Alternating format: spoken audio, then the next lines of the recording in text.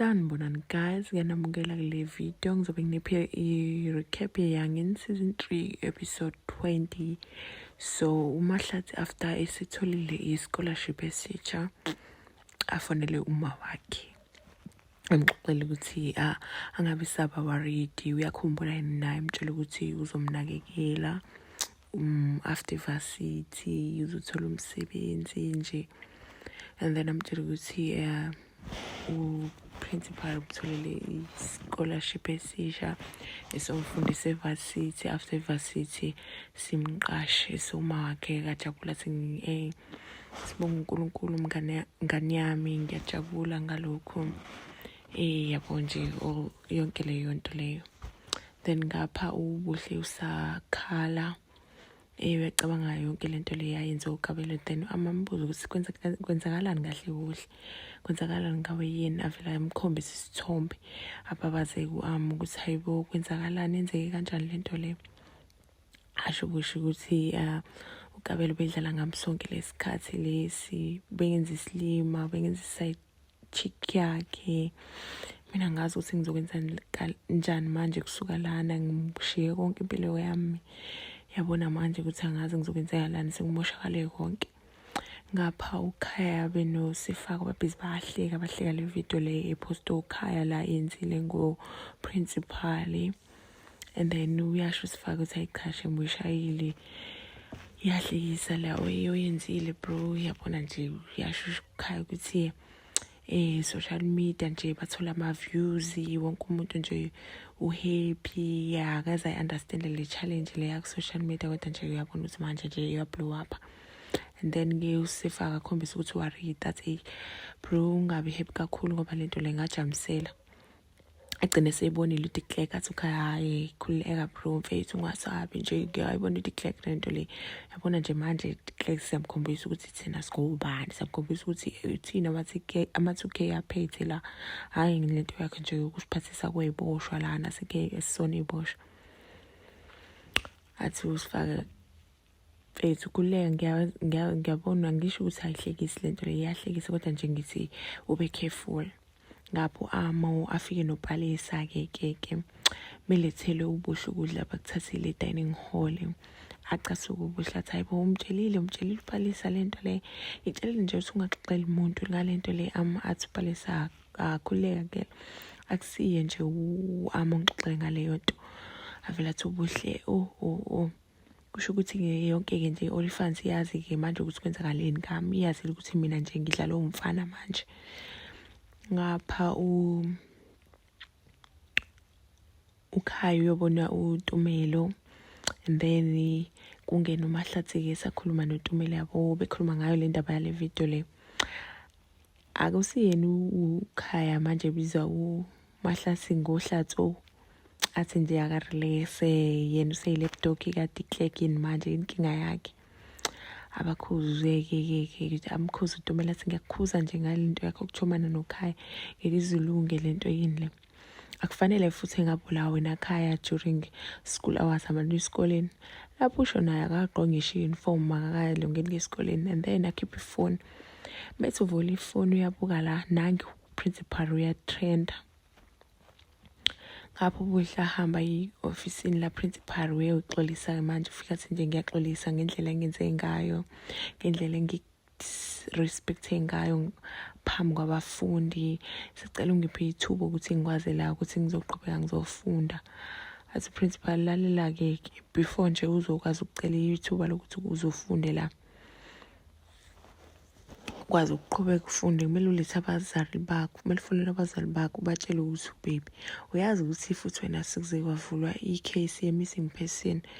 Ngendlela nje abazali bakho bebe-worried ngayo, bengazi ukuthi ukephi, wena uvele wanyamalala nje la ngenxa yabafana, ungasho ukuthi ukephi. Abazali bakho bebekhathazekile ngawo, balethe la sizokhuluma nayo, kuyima sikhulume ngale ndaba yokuxolelana lozo ngayo la. Ngapha-ke uMahlatsi-ke afika akhulume noKhaya, amtshele ukuthi akadelete le video le ayipostile laphayana. Athi uKhaya ngiyayenze leyo nto leyo, athi ngizama ukukusiza la, wena uzongena enkingeni la, uzama ukumosha ikusasa lakho la. yabo nje indlela ebehave ngayo wena uzophinda nje umatric.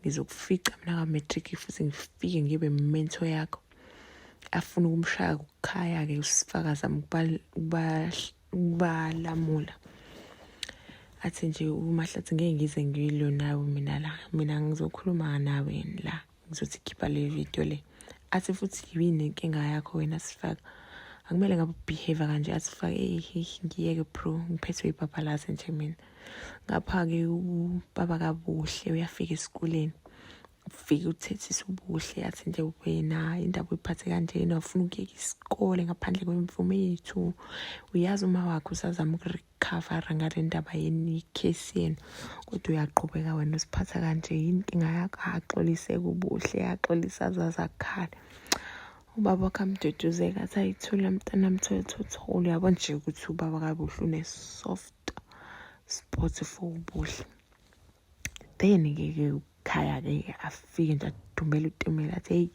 friend lalela la kumele ukhethe phakathi kwamaHlatsi nami because ibrand kaMahlatsi neyama yahambisana khetha ukuthi loyal ba athi uTumele kahle wena uMahlatsi ngeke azashoza sipimpa nje uMahlatsi umngani wethu athi ukhaya hey uMahlatsi wena uzosidayisa kumele ukhethe athi uTumele ikhululeka nje ngeke ayenze leyo nto ngiyamthemba mina uMahlatsi athi nje ukhaya wena uboni sala kanjani amshiye kanjani and then we meeting ke yafika ubaba kaBuhle mayembona uprincipal athi umfundisi haleluya athi nje ngiyabonga principal ukuthi siphile ithuba ukuthi sizokwazi ukukhuluma nawe la bengithi nje mina angizoxolisa la on behalf of umntana wami ngiyazi ukuthi wenza into ebhedayo kodwa ngiyacela la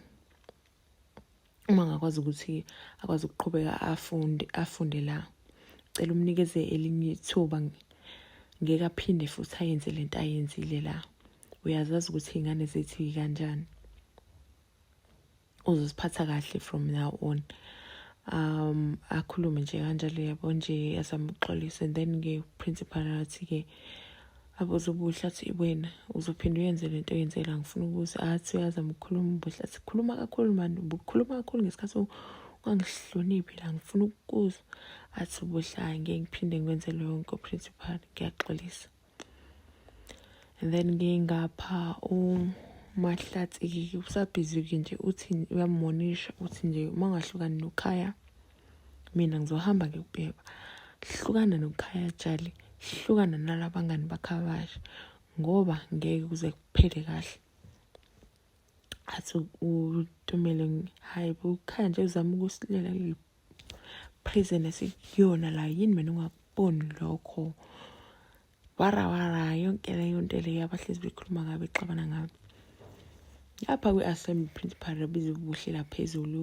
athi akazoxolisa kubo bonke abafundi mayiqala ikhuluma ke uBuhle athi ngiyaxolisa ngokulihlambanaza ngiyaxolisa ngale behavior ngiyenzile athi principal khuluma kahle wena khuluma ukuthi wenzeni khuluma wonke umuntu akuzweke athi nje ngibusy ngihamba nabafana ngimisbehavior ngiyaxolisa ngayo yonke leyo nto leyo lapha abanye babhezi bayahleka avela sisukuma ukhaya athi nje ironke lento eyenziwa la uBuhle mdala nje uBuhle kumele akwazi ukuthathela inqumo zakhe athi principal hey mkhipheni lo la mkhipheni bamkhiphela phandle ukhaya aqhubeke ke uBuhle axoliseke ngebehavior yakhe and all that bone nje upuselethe ukuthi uhappy ukuthi uBuhle ihlazekile and then ngiyaqhubeka zokhuluma athi uyabona ukuthi kwenzaka uprincipal after uBuhle sekhulumela athi uyabona ukuthi kwenzakalani uma ungabehave kahle